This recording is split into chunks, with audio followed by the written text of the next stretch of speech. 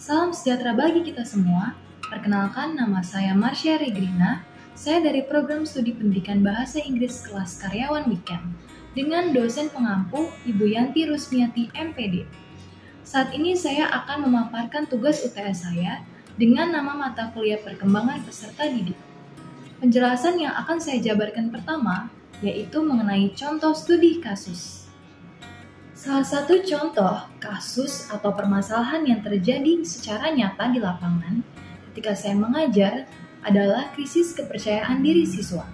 Waktu itu saya mengajar anak kelas bimba dan juga anak SD. Walaupun berbeda usia, kelas, serta pemahamannya, tetapi satu dari masalah mereka yang cukup mengganggu yaitu kurangnya keberanian untuk membangkitkan rasa percaya diri. Karena dalam pengalaman saya, ketika mereka ditanya secara langsung, satu persatu dari soal yang berhubungan dengan materi yang baru saja dibahas, mereka akan mengeluarkan ekspresi yang mempertanyakan kembali dalam diri mereka apakah itu benar-benar jawabannya yang ada di ingatan mereka, atau masih ada yang kurang dari ingatan mereka, atau takut salah karena merasa malu dengan teman-teman lainnya. Padahal mereka baru saja mengetahui jawabannya ketika saya selesai menjelaskan dan mengulang kembali materi atau bahkan memberi mereka soal untuk dijawab bersama. Faktor utama yang sering terjadi adalah siswa selalu merasa takut salah. Di sini bisa terbagi lagi dalam dua bagian. Takut salah karena tadi yang sempat saya bahas tentang takut malu dengan teman-temannya, dan yang kedua, takut dihukum oleh gurunya lalu dilaporkan ke orang tuanya mengenai perbuatannya. Di sini bisa saya lihat mengenai karakter siswa dalam mengeluarkan reaksi ketika mereka merasa takut salah dari tahap biasa hingga berlebihan. Yaitu, pertama siswa bisa mengeluarkan reaksi menangis. Lalu bisa juga diam selama pelajaran atau tidak mau diajak ngobrol. Dan yang ketiga merasa tidak dihargai sehingga menjadi marah dan bahkan bisa melampiaskan ke temannya atau bisa juga bercerita pada orang tuanya tentang perasaan yang tidak dihargai oleh guru. Padahal guru hanya berusaha untuk memberi pertanyaan yang membuat siswa mengingat kembali apa yang telah dipelajari. Maka dari kasus yang terjadi ini, saya mengatasi krisis kepercayaan diri dengan cara yang pertama, tidak menekan siswa tersebut atau siswa lainnya dalam menjawab pertanyaan. Jadi, seluruh siswa dalam kelas semuanya ditanya lalu mereka jawab bersamaan, tidak satu persatu.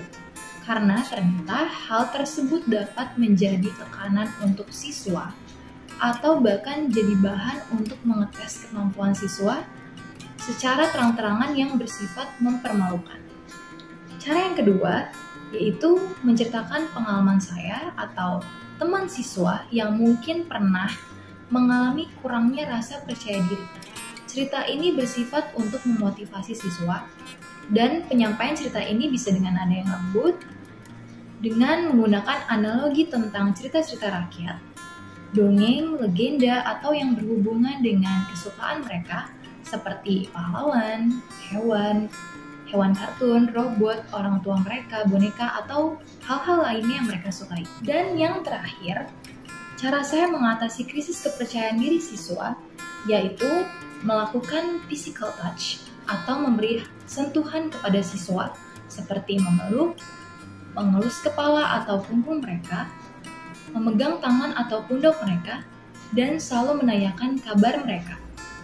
Ketika mereka baru datang, tanyakanlah kabar mereka. Contohnya seperti apakah mereka baik-baik saja hari ini? Makanan apa yang mereka makan hari ini? Apakah itu kesukaan mereka? Apakah mereka sudah merapikan mainan mereka atau ada hal baru yang mereka alami selama kemarin atau hari-hari sebelumnya? Hal-hal semacam itu sebaiknya ditanyakan kepada siswa agar mereka merasa nyaman dan merasa kalau guru juga seperti orang tua mereka. Ketika siswa bersemangat menceritakan pengalaman mereka, berarti mereka sudah percaya kepada kita para guru dan bahkan mereka percaya akan kemampuan diri mereka sendiri sehingga dapat membagikannya secara cuma-cuma tanpa harus merasa takut salah. Sekian dari pemaparan mengenai studi kasus saya. Mohon maaf jika ada kesalahan dari cara-cara saya menjelaskan. Akhir kata, saya ucapkan terima kasih.